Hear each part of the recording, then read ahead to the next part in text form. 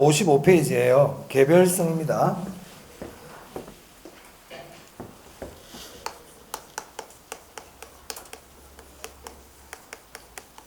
자, 이렇게 네모합니다. 네모.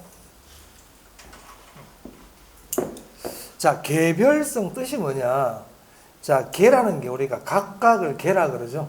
개인할 때도 개자가 들어가고 개성할 때도 개자, 각각이라는 뜻이거든요. 그럼 개별, 별, 구별된다, 차이가 난다 이 뜻이거든요. 그럼 개별성이라는 거는 토지가 하나하나가 다 구별된다. 그 말은 똑같은 토지가 있다 없다? 없다. 토지는 다 다르다. 이게 개별성입니다. 자, 그래서 그 책에 보시면 토지는 물리적으로 동일한 토지는 있을 수 없다 이런 뜻이에요. 여기서 물리적이라는 거는 뭐 외형이라는, 전에 우리 왜 법률적 토지의 3대 측면 할 때 법률적, 경제적, 기술적 측면이 했었죠. 그때 기술적 측면을 제가 물리적 측면이라 그랬잖아요. 그 물리적이라는 건 일종의 외형, 형태와 관계되거든요.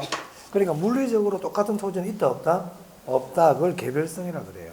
경사가 달라도 다르고 그 땅의 성격, 성질이 달라도 다르고 성분이 달라도 다 다르단 말이에요. 그런 걸 개별성이라 그럽니다. 우리 인간도 똑같은 인간이 없죠. 물리적으로 똑같은 사람이 없잖아요. 그런 것처럼 토지도 똑같은 게 없다. 그게 개별성이에요. 의미 아시겠어요? 자, 그 말은 똑같은 게 없다는 얘기는 대체가 안 된다는 얘기죠. 대신할 수가 없죠. 그래서 그 밑에 물리적 측면에서 대체할 수 없다 줄칩니다. 별표입니다. 그래서 이 개별성은요, 토지의 물리적 비대체성을 얘기합니다. 토지는 물리적으로 대체할 수 없다. 대체할 수 있다, 대체할 수 없다. 대체할 수 없다. 비대체성. 자, 1번 볼게요. 거기 보면 줄 하나 쳐보겠습니다. 일물일가의 법칙이 적용되지 않게 하여 보이세요? 거기 줄 치고 별표예요. 개별성에서 제일 많이 물어봐요. 일물일가의 법칙이 적용된다, 적용되지 않는다? 적용되지 않는다.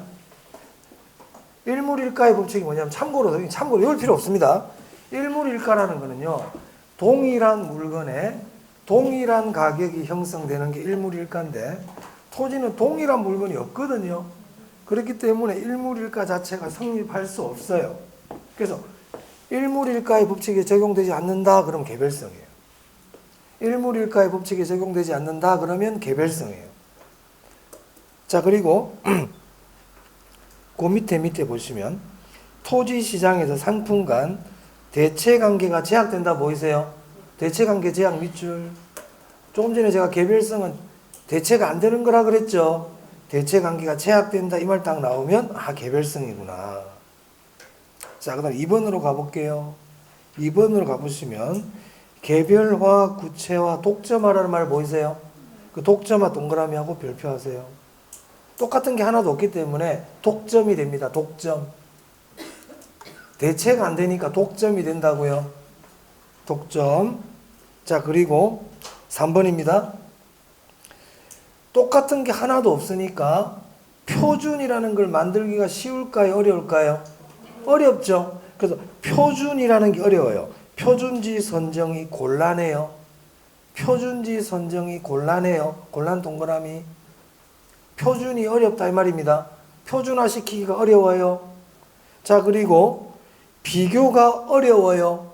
다 다르기 때문에 일일이 다 맞춰봐야 돼. 그러니까 비교하기가 힘들다고요. 다 다르니까 비교가 어렵다.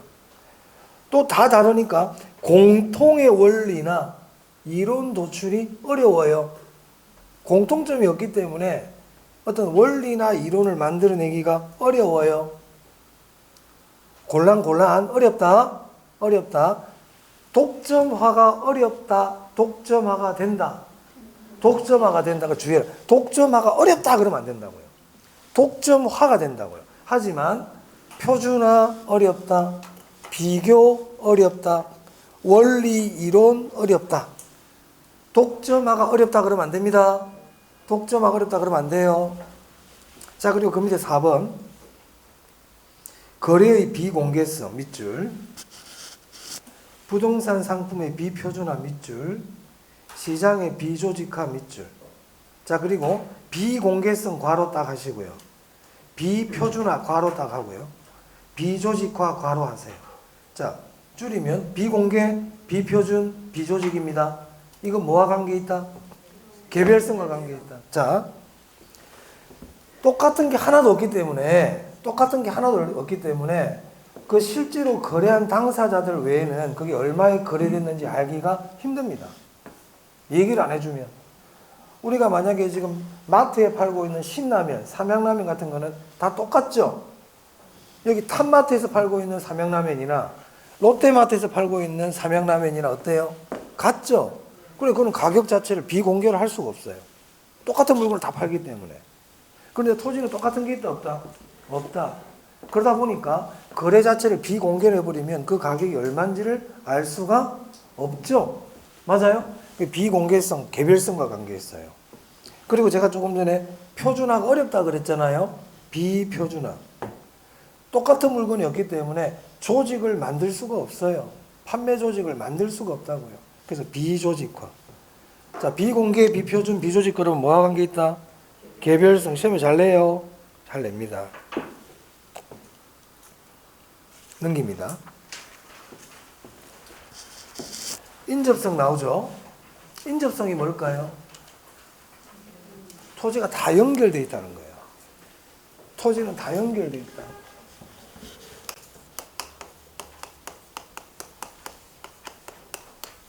토지는 다 연결되어 있나요? 지구입니다. 지구. 여기 사람이 하나 딱 서가 있어. 손에는 나침판을 들고 있어요. 등에는요, 산소통을 메고 있어요. 자, 이 사람이 이제 나침판을 딱 들고 한쪽 방향으로 계속 걸어갑니다. 한쪽 방향으로 계속. 그러면 지구를 한 바퀴, 물속도 들어갈 수 있어요. 물속 밑에도 땅이 있어, 없어? 있죠. 산소통 메고 있잖아, 지금. 계속 산 넘고 물건 한 방향으로 계속 돈다 그래 볼게요. 그럼 제자리 올 수 있나요? 있어. 다 연결됐다는 얘기죠. 토지는 다 연결되어 있다. 이게 인접성입니다. 그래서 그 교재 보시면 인접성. 물리적으로 토지는 다른 토지와 연결되어 있다. 연결되어 있다. 이게 인접성입니다. 뜻은 아시겠습니까? 자, 그럼 보세요. 토지가 다 연결되어 있으니까 어떤 현상이 일어날까? 그 2번 보세요. 외부 효과. 지역 분석에 근거가 된다 보입니까? 근데 그것도 줄 하나 쳐놓으세요. 여러분, 외부 효과는 나중에 배울 텐데 공해 같은 거 생각하시면 돼요. 공해. 우리 집 주변에 공장이 들어와 있어. 그럼 나쁜 게 막 날라오죠? 이거 외부 효과예요. 붙어있기 때문에 인접성 때문에 일어나고. 아까 외부 효과 또 있어, 또 나왔는데 부동성. 저기 있네요. 그죠? 움직일 수 없기 때문에 공해에 그대로 노출이 되죠. 맞습니까? 자, 그 다음에 거기 동그라미 1번 봐보세요. 인접지와의 협동적 이용과 소유 관련한 경계 문제를 이야기한다. 이해됩니까? 경계 동그라미 해보세요. 붙어 있다 보니까 경계 문제가 일어나죠. 그 정도 아시면 돼. 인접성 별로 안 중요해요. 여기까지가 중요해요. 이 4개는 꼭 알아야 돼요. 이 4개는 꼭 아셔야 된다. 자, 토지의 자연적 특성까지 봤습니다. 자, 자연적 특성 뭐뭐 했습니까, 지금? 부동성, 영속성, 부정성, 개별성. 4가지 했습니다. 중요합니다. 중요한 정도가 아니고 그냥 시험에 냅니다. 그냥 시험에 냅니다. 한 해라도 빠진 적이 없습니다. 안 나온 적이 거의 없다. 제가 아는 기억은 없어요. 그냥 내요, 그냥. 출제확률 거의 100%예요. 그런데 이걸 모르고 시험장 가면 안 되겠죠? 이건 무조건 1순위로 알아야 된다. 1순위로. 이거하고 토지의 분류는 1순위야. 후보지가 뭐예요? 후보지? 오케이, 상호간에. 근데 그 말만 나오면 돼. 이행지는 내에서. 그렇지. 내가 원하는 답은 그거야. 필지는요? 집원, 등록, 등기단이라 그랬죠. 획지는요? 가격 수준이 비슷하다. 그렇지. 그렇게 돼야 된다고. 다음 주에 물어봐도 알아야 돼요. 내가 다음 주에 물어봐도 이거 알셔야 된다. 잘하고 있습니다. 지금 대답하는 분들은 괜찮아. 그렇게 돼야 된다. 이것도 마찬가지. 이것도 제가 딱 얘기했을 때 기본적인 내용을 얘기할 수 있어야 돼요. 자, 그 다음에 토지의 인문적 특성을 보겠습니다.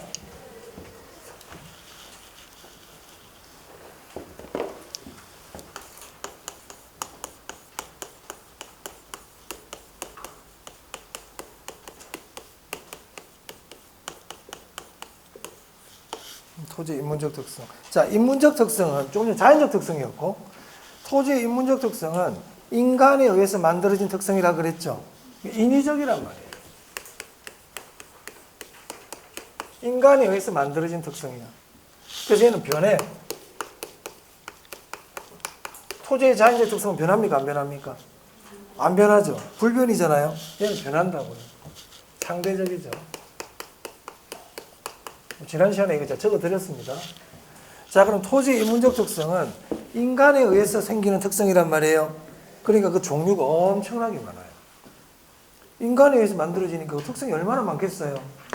맞습니까? 그래서 얘는 별로 안 중요하다 이 말이야. 너무 종류가 많아. 그런 건 별로 안 중요해. 하지만 토지의 인문적 특성에서 하나는 꼭 알아야 돼요. 그게 뭐냐면 용도의 다양성이에요.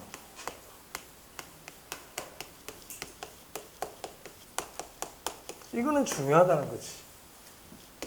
이거는 중요하다는 거지. 자, 용도의 다양성 뜻이 뭐겠어요? 토지의 용도는 다양하게 이용할 수 있다. 토지는 다양한 용도로 이용할 수 있습니까? 지난 시간에 택지, 농지, 임지 있었죠? 택지, 농지, 임지로 이용할 수 있잖아요. 오케이? 그게 용도의 다양성이라고요. 자, 그럼 지난 시간에 토지의 용도는 그대로 고정되어 있습니까? 용도는 전환이 가능합니까? 용도 전환이 가능하다 그랬죠? 맞아요? 자, 지금 택지가 부족해. 집을 짓는 택지가 부족해. 그래서 산을, 임야를 싹 밀어가지고 택지를 만들었어요. 택지를 만들었어요. 자, 이거는 없는 토지를 만들어낸 겁니까? 아니죠. 토지의 물리적 공급을 얘기하는 건 아니죠. 자, 이처럼 토지는 용도 전환이 가능하단 말이야. 택지가 필요하면 논밭이나 임야를 택지로 이렇게 바꿀 수가 있죠. 자, 또 바다를 메워가지고도 우리가 토지를 만들어낼 수 있나요? 바다를 메우면 택지가 생기죠. 그럼 이것도 없는 토지를 만든 걸까요? 이 주의해야 됩니다. 바다를 메운다는 것은 물속에 땅이 있어요. 물속에 땅이 있는데 거기에다 흙을 부어가지고 땅을 만든 거예요. 밑에 있는 걸 그대로 위로 드러낸 거란 말이야. 드러낸 거. 없는 토지를 만들어낸 게 아니에요. 자, 바다를 메우는 거를 공유수면 매립이라 그러거든요. 그럼 이 공유수면 매립은 물리적 공급일까요? 물리적 공급이 뭔데?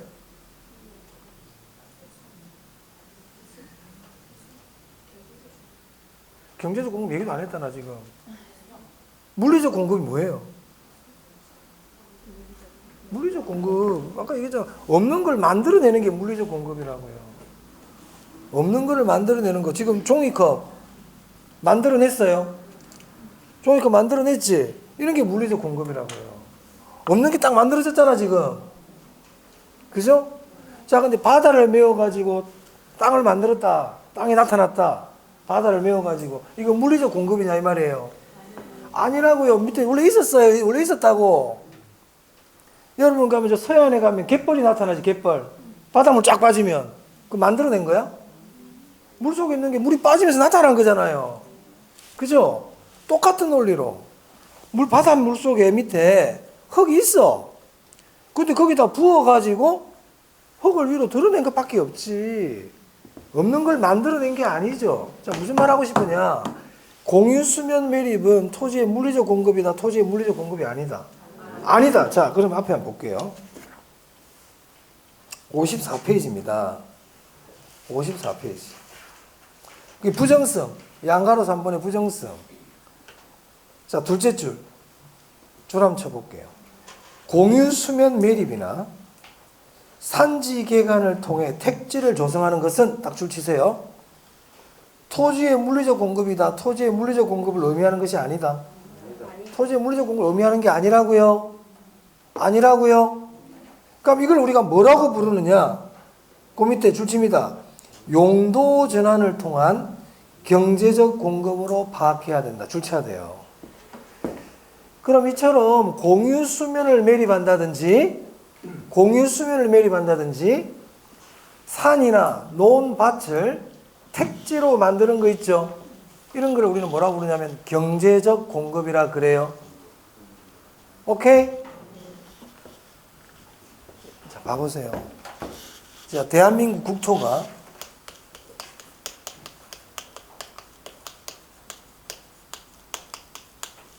우리 헌법에 대한민국 국토는 뭐라고 되어 있냐면 국토도 땅도 국토지만 바다도 우리 영해라 그래 우리 국토에 들어갑니까? 그죠? 자, 예를 들어서요. 대한민국 국토가요. 택지 5,000평. 제가 그냥 편의상 평이라고 할게요. 여러분들 그냥 이해하기 쉽게.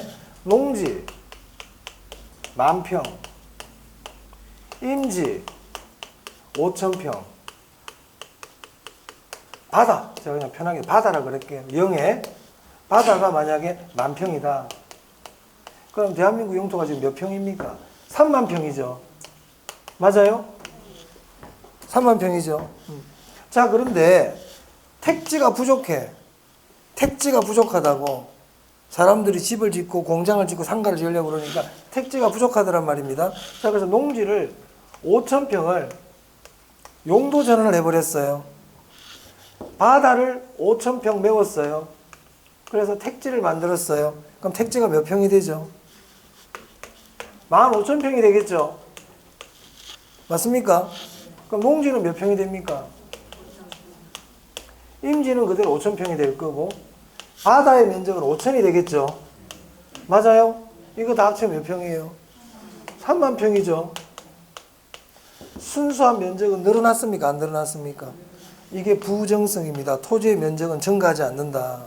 하지만 택지 공급은 어떻게 됐어요? 10,000평이 늘었죠? 10,000평이 늘었죠? 이거 물리적 공급입니까? 아니란 말. 이런 걸 경제적 공급이라 그런다고요. 오케이? 바다를 메운다든지 논밭이나 산을 택지로 조성하는 것을 우리는 이걸 무슨 공급이라 그런다? 경제적 공급이라 그런다고요. 그러면 이런 경제적 공급이 가능한 이유는 토지의 용도가 다양하기 때문에 토지를 농지로도 쓸 수 있지만 뭐로도 쓸 수 있으니까 택지로도 쓸 수 있단 말이야. 용도가 다양하단 말이에요. 그래서 경제적 공급이 가능하다. 이렇게 되는 겁니다. 오케이. 자, 그래서 용도의 다양성은 첫 번째 토지의 경제적 공급. 이 경제적 공급을 용도적 공급이라고도 그래요.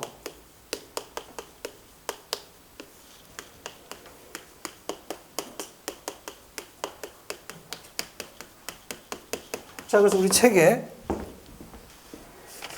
자, 이 용도의 다양성 갑니다. 56페이지. 용도의 다양성 그 밑에 동그라미 2번.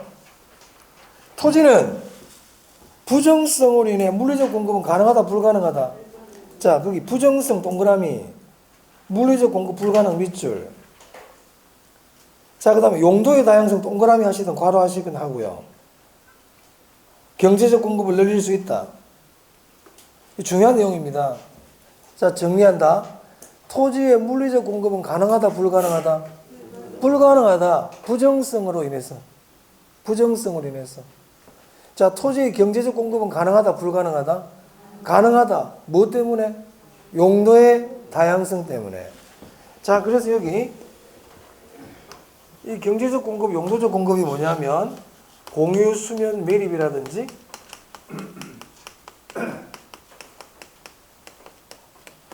용도 전환을 얘기합니다. 이거는 가능하다고요. 뭐 때문에? 용도의 다양성 때문에. 자, 그 다음 토지의 용도가 다양하다 그랬죠. 그러면 토지가 있는데 이 토지를 택지로도 쓸 수 있고 농지로도 쓸 수 있고 임지로도 쓸 수 있다. 이걸 우리는 용도의 다양성이라 그래요. 그럼 어떤 용도로 써야 될까요? 최고 최선의 이용을 해야 되겠죠. 맞아요? 그걸 우리는 뭐라고 부른다? 체유효 이용이라 그래요. 그래서 체유효 이용의 근거가 돼요. 토지가 용도가 다양하니까 어떤 용도로 쓰는 게 제일 좋을까? 체유효 이용의 근거가 된다. 만약에 토지의 용도가 하나밖에 없어. 토지의 용도가 하나밖에 없으면 체유효 이용이라는 걸 생각할 필요가 없죠. 안 그래요? 용도가 딸랑 한 개밖에 없는데 최고 최선의 이용이 뭐가 있겠어요? 그 용도대로 써야 되는데. 토지의 용도가 다양하니까 체유효 이용의 근거가 된다 이 말입니다. 자, 그러면 이 체유효 이용의 근거가 되는 게 아까 또 있었잖아. 부정성. 부정성. 맞아요? 그리고 용도의 다양성도 체유효 이용의 근거가 됩니다. 여러분 우리 후보지 이행지 공부했었죠? 후보지 이행지가 뭐였냐면 후보지는 상호간에 전환 중인 토지고 이행지는 그렇지 용도지역 내에서 전환 중인 토지였죠. 그러면 경제적 공급이 후보지 이행지와 관계 있습니까? 경제적 공급이 후보지 이행지 얘기하는 거야. 용도 전환. 그러면 후보지 이행지는 용도의 다양성과 관계 있나? 관계 있죠.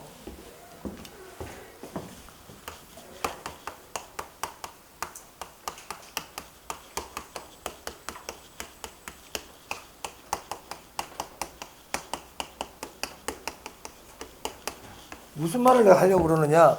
후보지, 이행지, 이행, 전환 이런 말 나오면 용도의 다양성과 관계 있어요.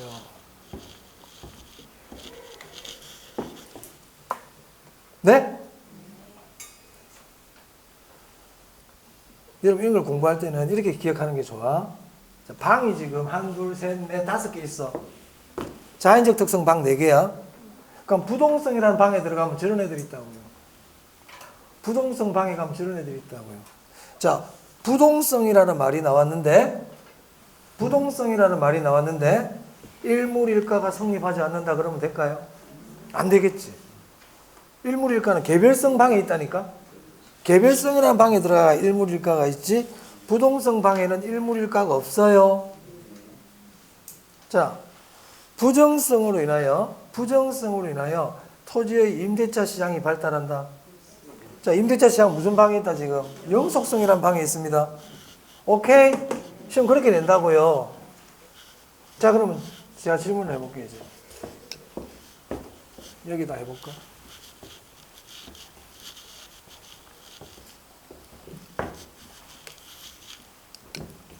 토지는 토지의 부정성으로 인해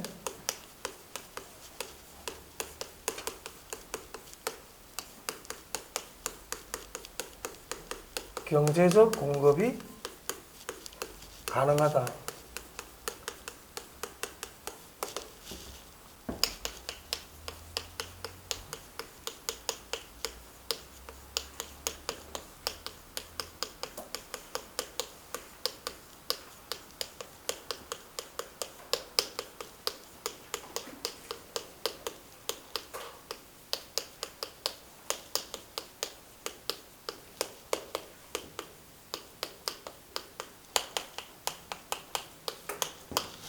자, 위에 질문 O일까요? X일까요?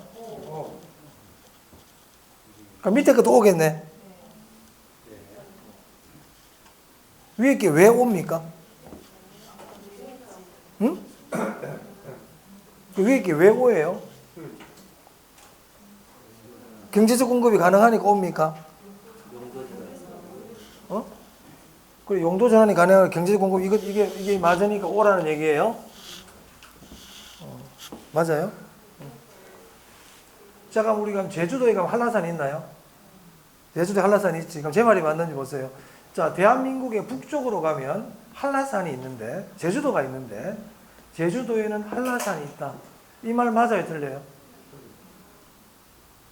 대한민국의 북쪽으로 향해 가면 제주도가 나타나는데, 그 제주도에 가면 한라산이 있다. 이 말 맞아요? 틀려요? 틀렸어? 왜 틀렸는데? 그래요. 똑같은 또 봐봐라. 여러분들 지금 이것만 보고 오락했거든. 이게 뭐라고 돼 있어 지금? 부정성하고 경제적 공급이 뭔 상관이 있어요? 예? X다. X. 잘 틀리는 질문들이에요. X지. 그러니까 뭐라고 그래야 돼? 여기 뭐라고 그래야 돼? 여기다가. 부정성이 아니고. 그래. 아니 여러분 이것만 볼 것 같으면 이런 거 따로따로 공부 왜 해요? 그냥 이것만 알지. 그럼 밑에 거만 알면 되지. 부정성과 관계 있다. 영속성과 관계 있다. 이걸 왜 공부합니까? 뒤에 것만 생각할 것 같으면. 자, 토지의 경제적 공급이 가능하다는 거 뭐와 관계 있다?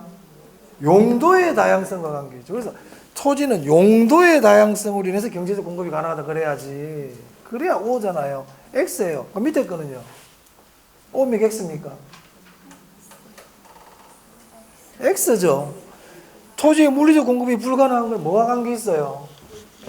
부정성과 관계 있잖아요. 틀렸잖아요, 여기가. 틀렸잖아. 이 말이 틀렸잖아. 여기 뭐가 들어가야 돼? 용도의 다양성. 여기는 뭐가 들어가야 되고? 그렇지. 부정성이 들어가야지. 지금 용도의 다양성 방에 들어가면요. 물리적 공급이라는 애가 있나요? 용도의 다양성이라는 방 안에 물리적 공급 얘가 있어요? 없잖아요. 내가 무슨 말인지 이해를 해야 되는데. 응? 부정성이라는 방 안에 들어가야 물리적 공급이라는 애가 있고 용도의 다양성과 경제적 공급이 가능한 관계가 있지 부정성하고 경제적 공급은 아무 상관이 없는 거예요. 아무 상관이 없는 거예요. 자, 항상 이런 관점에서 문제를 봐야 됩니다. 뒤에 것만 보는 거 아니에요. 맞아요. 문장이 다 맞아야 안 됩니까? 문장이 다 맞아야 되잖아. 자, 그래서 이렇게 기억해야 돼. 그래서 제가 줄을 쳤잖아. 아까 부정성, 물리적 공급 불가능, 용도의 다양성, 경제적 공급 가능. 그래서 줄 쳤잖아요. 그렇죠? 잊어먹지 마세요. 자, 나머지는 다음에 하도록 하겠습니다. 별로 안 중요하기 때문에. 자, 쭉 넘겨서요. 59페이지입니다. 자, 59페이지 가시면 부동산의 속성 이런 말 나오죠. 보이세요? 자연으로서의 부동산, 위치로서의 부동산 쭉 넘어갑니다. 61페이지 공간으로서의 부동산 있나요?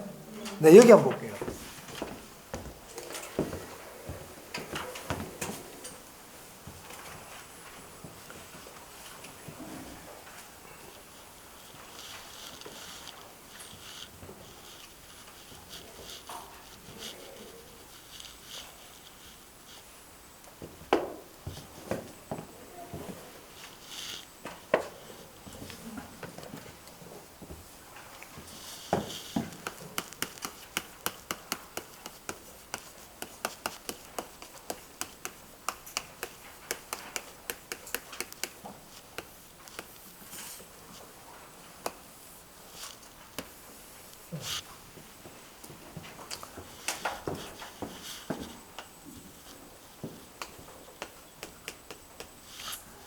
자, 여기 지금 사람이 한 명 서가 있습니다.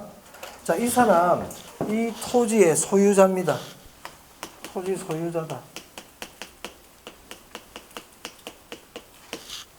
자, 이 사람이 서가 있는 이 공간을 수평 공간이라고 그럽니다. 수평 공간. 공중 공간입니다.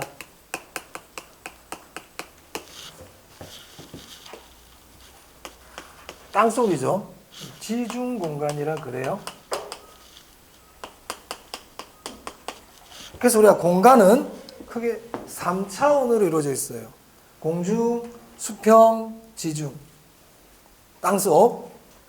그래서 우리가 공간을 얘기할 때는 공간 3차원의 입체 공간이다. 이렇게 얘기해요.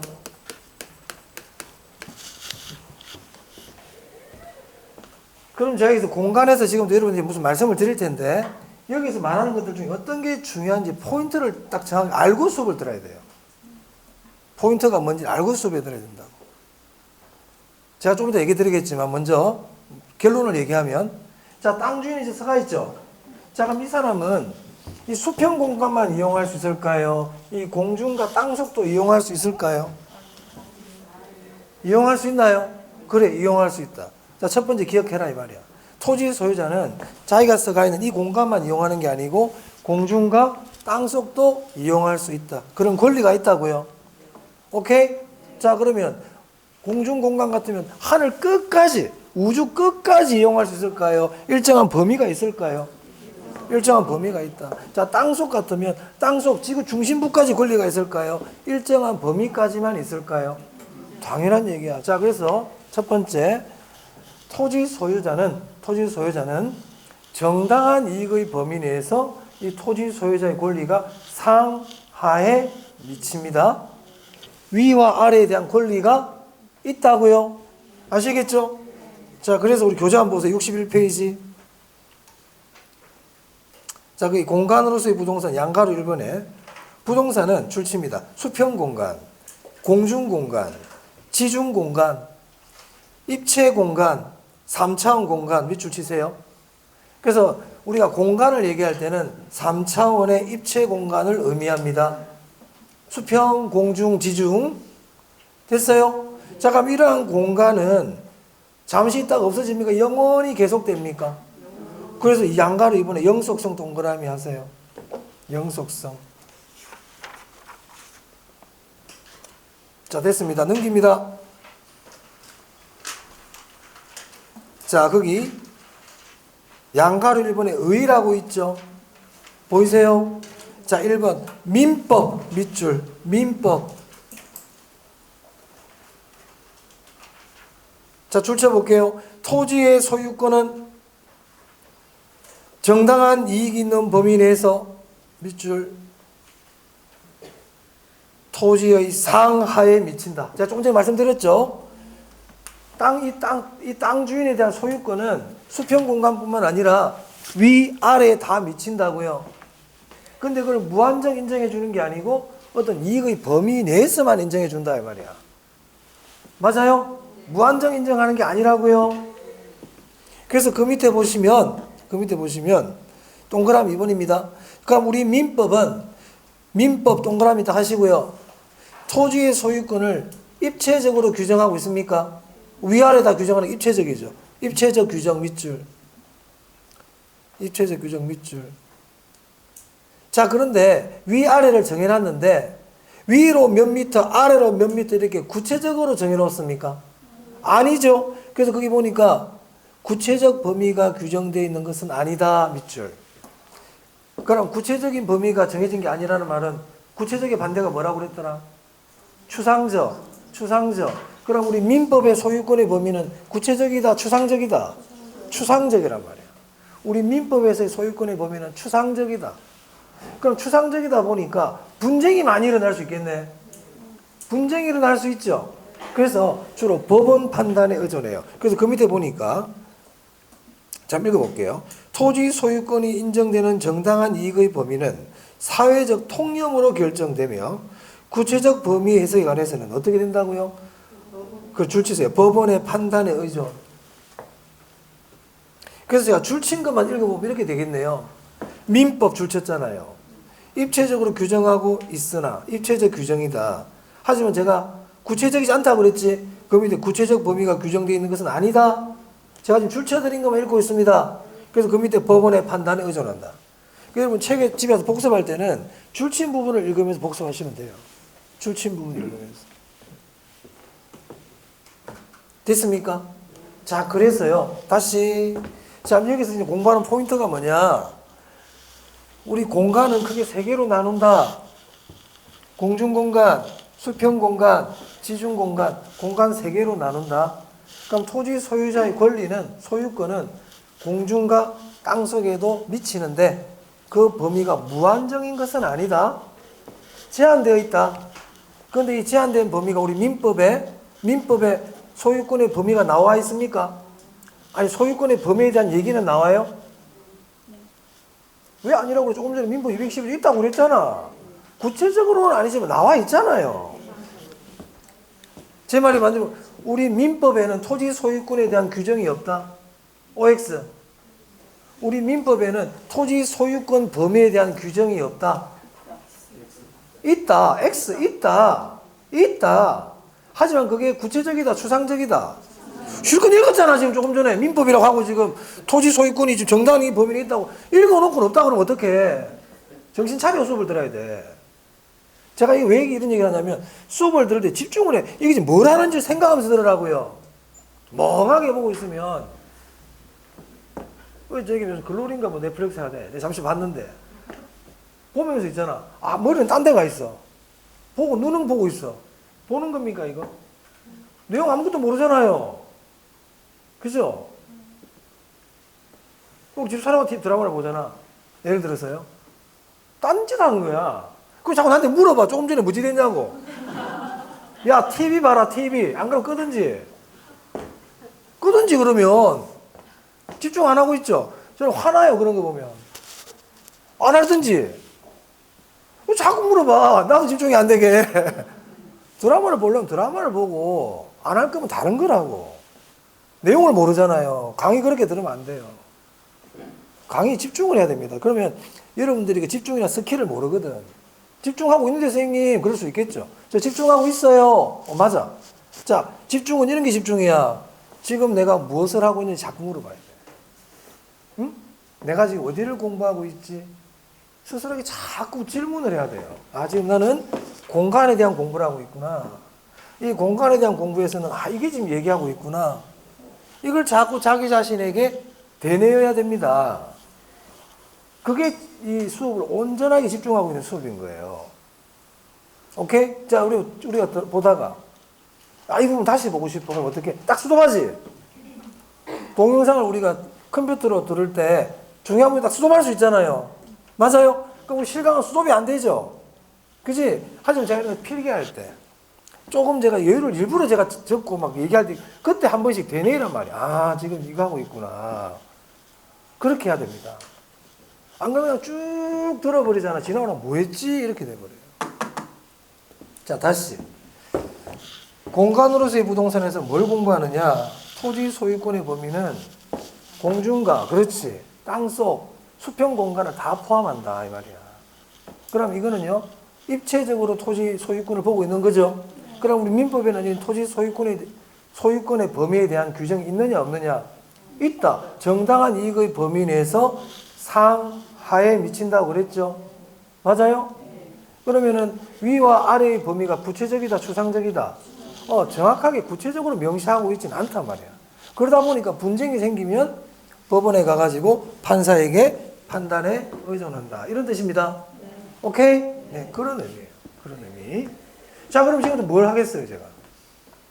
그러니까 어디까지가 소유권 인정되고 어디까지는 인정되지 않고 그걸 지금 하려고 할 것 같은데 지금 제가 밑밥 던져놨잖아, 지금. 무한정 인정하는 건 아니다. 일정 부분까지만 인정해 준다 그랬잖아. 그럼 어디까지 인정해 주는지 그걸 지금 보려고 하는 거예요. 자, 수평 공간을 이용할 수 있는 권리를 지표권이라 그래요. 지표권. 공중 공간을 이용할 수 있는 권리를 공중권이라 그래요. 땅속을 이용할 수 있는 권리를 지하권이라 그래요. 이렇게 부른단 말이에요. 자, 그러면 공중권은 무한정 인정한다. 일정 부분까지만 인정해 준다. 일정 부분까지만 인정해 준다. 그래서 이 공중권은 다시 사적 공중권과 공적 공중권으로 나눌 수 있다. 지하권도 마찬가지로 사적 지하권과 공적 지하권으로 나눌 수 있다. 그럼 질문해 볼게요. 그럼 결국 보니까 공중이든 지하든 사적 공적으로 나눴다는 얘기 아니에요. 그럼 여기서 토지 소유자의 권리를 인정해 준다는 것은 사적일까요? 공적일까요? 사적이죠. 사적이라는 말이 들어간다는 말이 토지 소유자의 권리가 인정된다는 거 아닙니까? 사적. 사적.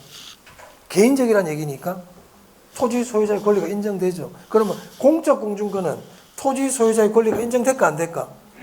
인정이 안 돼. 자, 그러면은 내 사적인 권리를 침범당하면 보상을 요구할 수 있을까요? 있어요. 그렇지. 그래서 이 사적이라는 얘기는 침해를 당하면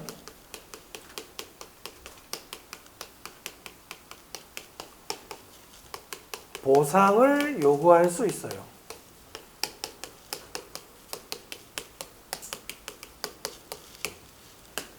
사적은.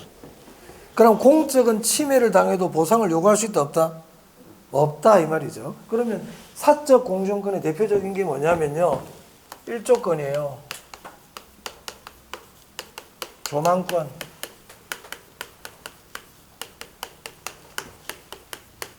개발권, 양도제. 용적률 이런 것들입니다. 이런 것들은 침해를 당하면요 보상을 요구할 수 있어요. 그래서 1조권 침해, 조망권 침해 같은 소송이 붙는 거야. 그럼 공적 공중권에는 어떤 게 있냐면 전파 발차권. 우리 지금 하늘에 전파 날아다니죠. 비행기도 날아다니죠. 그럼 내 땅 위에 비행기 날아다닌다 그래가지고 보상을 요구할 수 있나요? 있어? 없죠. 돈 달라 그래 봐봐 주는지. 이상한 사람이면 유세 나올걸. 그런 거는 공적 공중권입니다. 맞아요? 보상을 요구할 수 없단 말이야. 자, 그럼 책을 일단 보고요. 공중권부터 했으니 63페이지. 자, 공중권에 그 밑에 구분 한번 봐봐요. 구분. 사적 공중권이 있고 공적 공중권이 있죠? 그럼 사적 공중권은 보니까 토지 소유자가 줄 안 채워도 됩니다. 일정 범위까지 개인적으로 이용 관리할 수 있는 권리로 인접 토지 소유자의 권리를 방해해서는 안 된다 이렇게 돼 있잖아. 그럼 방해를 받으면요. 방해를 받으면 그래 보상을 요구할 수 있다고요. 그 얘기잖아요. 그 밑에 1조권, 조망권, 용적률, TDR 돼 있나요? TDR이 개발권 양도제입니다. 자, 공적 공중권 봐요. 그러니까 공적 공중권은 말 그대로 공적인 권리니까 공공기관이 사적 공중권 이상의 공중공간에 대해 공익을 목적으로 이용할 수 있는 권리다.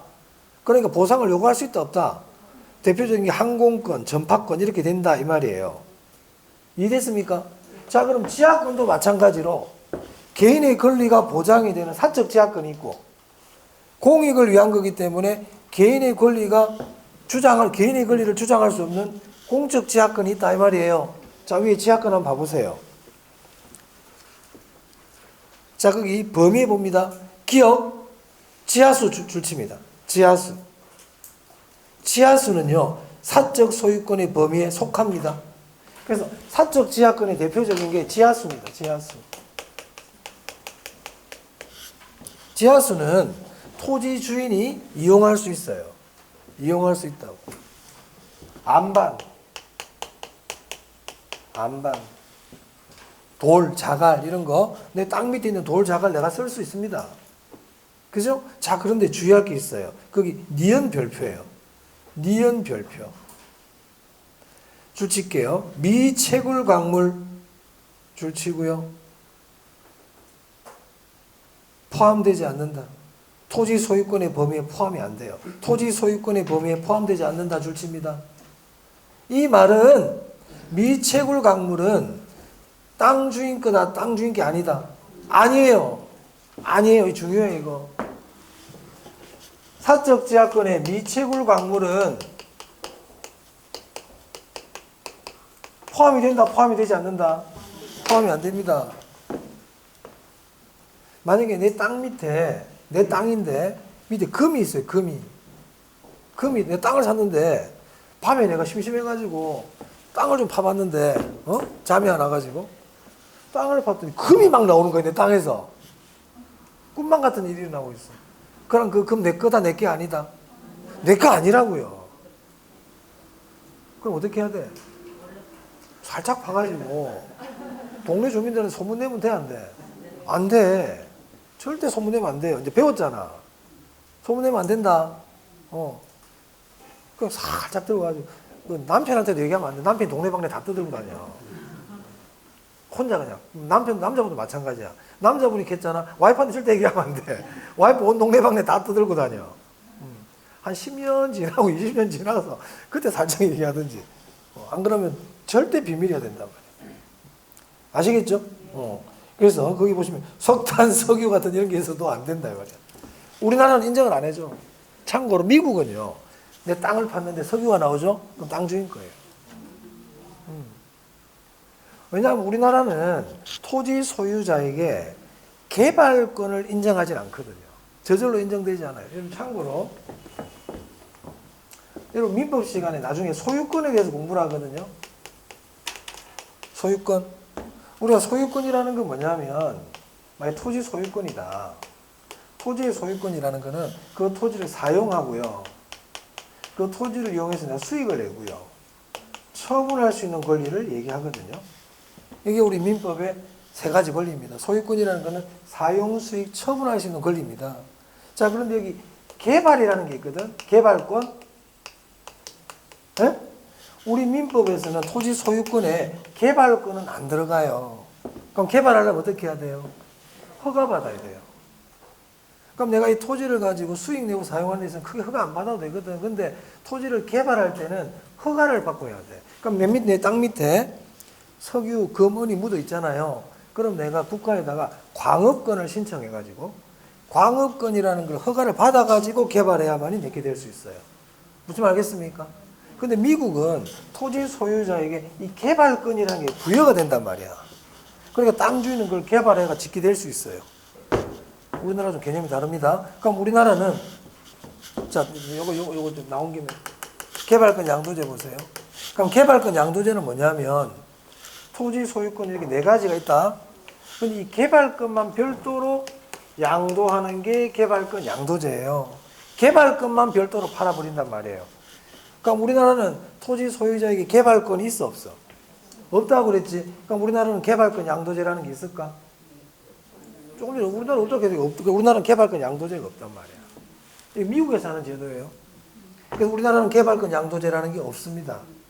나중에 제가 설명드립니다. 또 나온 김에 어찌됐든 미채굴 광물은 토지 소유자의 권리다, 권리가 아니다. 아니다, 중요하다. 저거는 좀 중요하다. 자, 그다음 자 62페이지입니다. 62페이지 지표권이라고 나오죠. 지표권은 이제 뭐예요? 이 수평 공간을 이용할 수 있는 권리죠. 수평 공간. 거기 보시면 지표권에 보세요. 물을 이용할 수 있는 권리라고 보입니까? 줄칩니다. 그걸 지표수라고 그러죠. 지표수.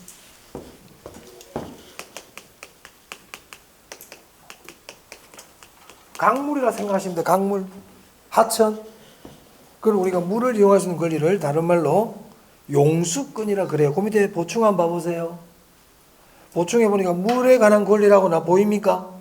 자, 물을 이용할 수 있는 권리를 우리가 용수권이라 그러거든요.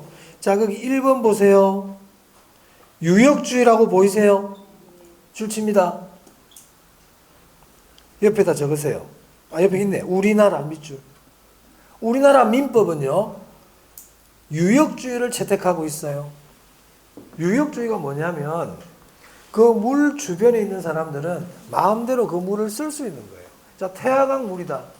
그럼 태화강에 가서 여러분 물 떠도 됩니까? 여러분 만약에 태화강에서 물 떠는데 허락 받고 떠야 돼? 허락 안 받아도 되지. 이런 게 이제 유역주의라고. 그 주변에 있는 사람들이 그 물을 마음대로 쓸 수 있는 거예요.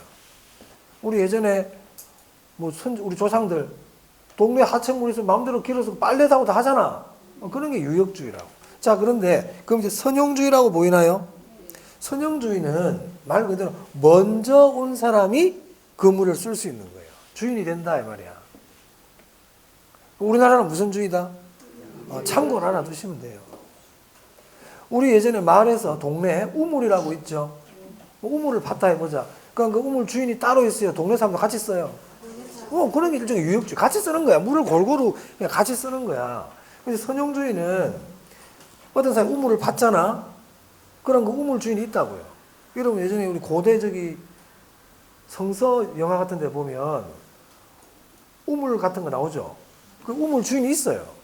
그래서 이 선용주의는 물이 귀한 지역, 중동 지역 이런 데는 선용주의예요. 그래서 우리 왜 성경이나 성서 같은 데 보면 우물을 판다는 얘기가 많이 나와요. 그럼 그 우물을 파면 그 우물 누구 건데요? 우물 판 사람 거예요. 그러니까 우물을 많이 가지고 있는 사람이 부자예요. 우물을 많이 갖고 있는 사람이 부자라고. 그리고 아브라함이니 야곱이니 이삭이 이런 사람 우물을 많이 갖고 있어요. 그 사람들 지금으로 치면 다 재벌들이죠. 부자다 이 말이야. 부자. 우리나라는 유역주의. 참고로 하나 두면 됩니다. 우리나라는 유역주의다. 자, 그래서 지표권, 지하권, 공중권까지 봤어요. 자, 넘겨보세요. 64페이지.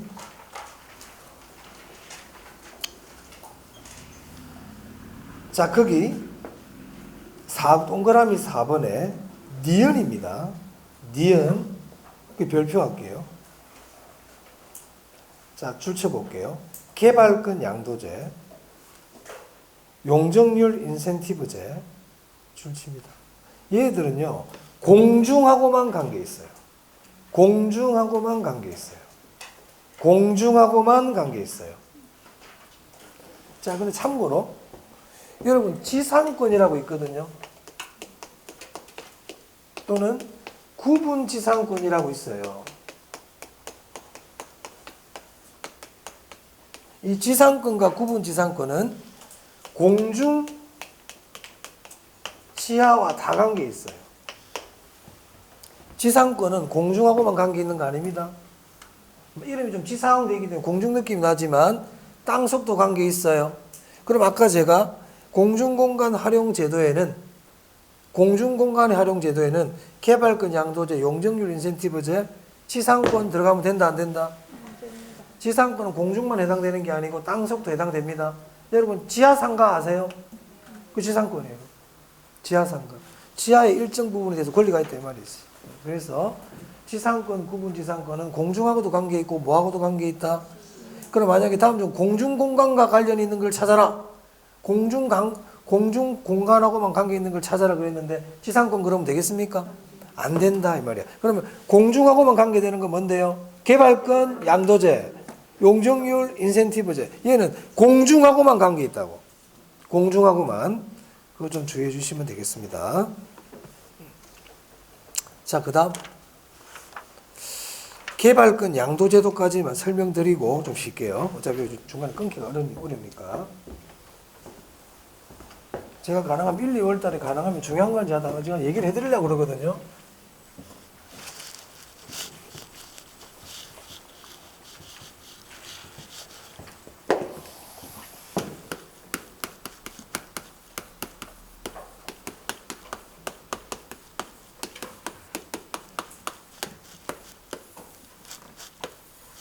개발권 양도제 메모하세요.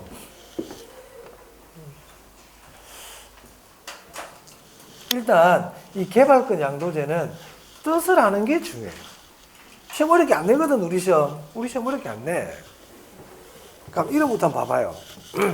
제가 좀 아까 약간 설명했어요. 개발권 양도제는 토지 소유자의 개발권을 양도할 수 있도록 하는 제도예요. 자, 예를 한번 들어보겠습니다. 여기가 보전지역이에요. 보전지역이라는 것은 개발을 마음대로 할 수 있는 곳입니까? 개발이 제한되는 곳입니까? 개발이 제한되는 지역이에요. 자, 여기는 개발 가능 지역이에요.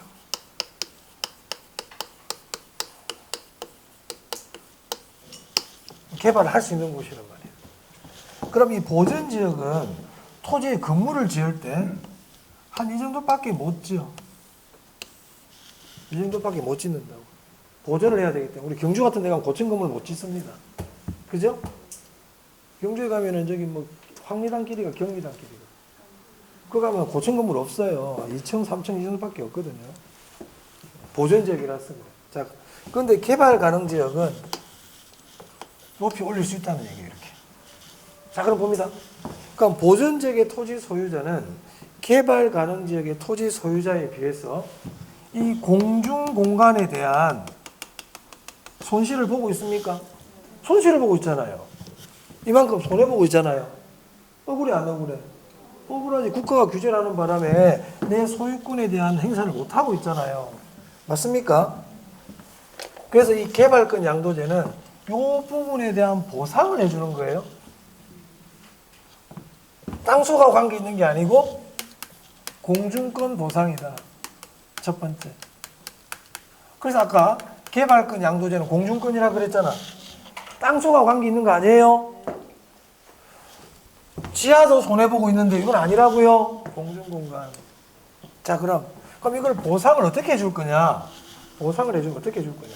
자, 이 땅 주인에게 여기 이만큼 개발할 수 있는 권리가 있는데 개발을 못 하고 있죠. 그죠? 그럼 이거를 다른 사람에게 양도할 수 있도록 해주는 거예요.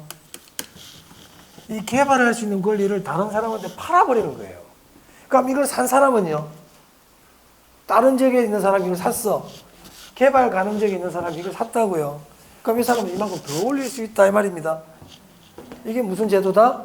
개발권 양도제다. 자, 이때 공중권을 보상할 때 정부가 보상해 주는 게 아니고 이 개발권을 시장을 통해서 네가 팔아라. 그래서 시장을 통한 보상이에요.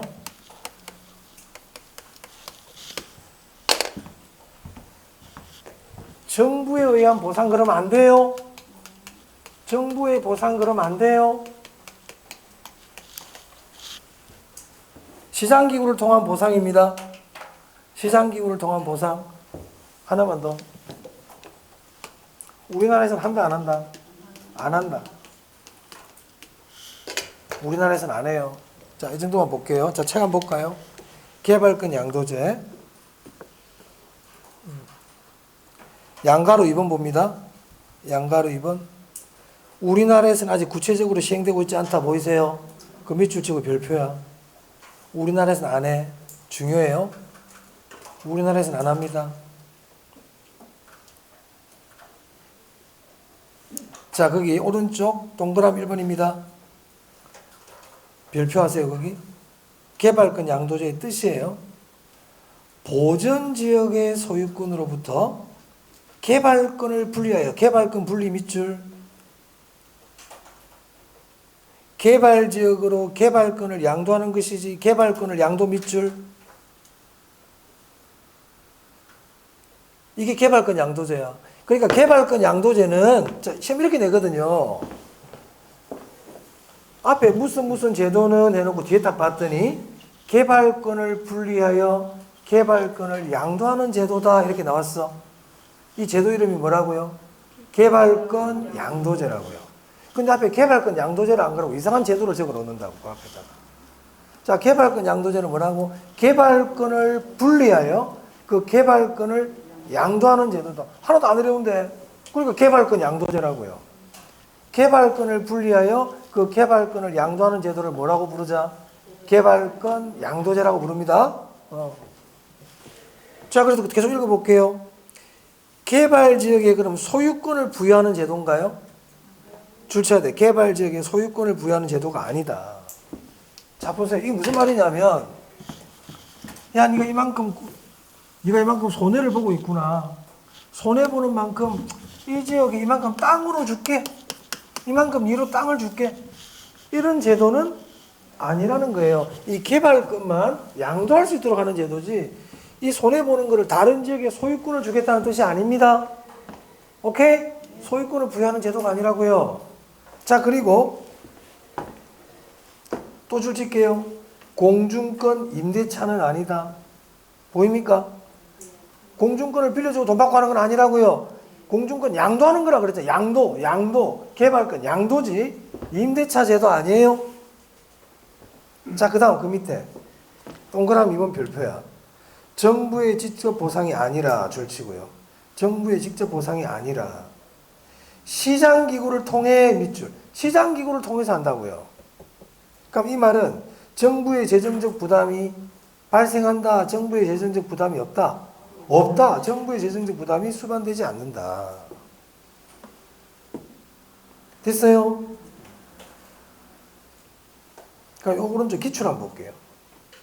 1번 TDR은 규제지역 토지 소유자의 손실을 개발지역 토지 소유주에 대한 개발권 부여를 통해 보전하는 제도이다. 맞습니까? 맞아요? 맞죠? 근데 그 개발권을 부여를 통해 안 그러고 소유권 부여를 통해 그러면 될까? 안 되지. 아까 개발권을 양도하는 거라 그랬죠. 소유권을 부여하는 게 아니라 그랬죠. 근데 개발권 부여 밑줄 딱 치고 개발권에 동그라미 딱 해야 된다고. 거기를 소유권을 부여한다 그러면 안 된다고요.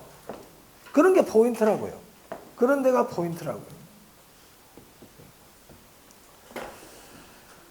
자, 밑에 2번도 한번 볼까요?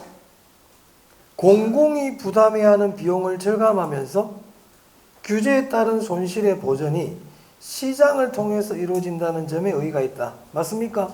그렇지. 이것도 맞는 질문을 했지만 만약에 틀리게끔 공공이 부담해야 하는 비용이 크다 그러면 돼, 안 돼? X다 이 말이에요. 됐어요? 그 정도 보시면 되겠습니다. 나머지는 굳이 안 보셔도 됩니다.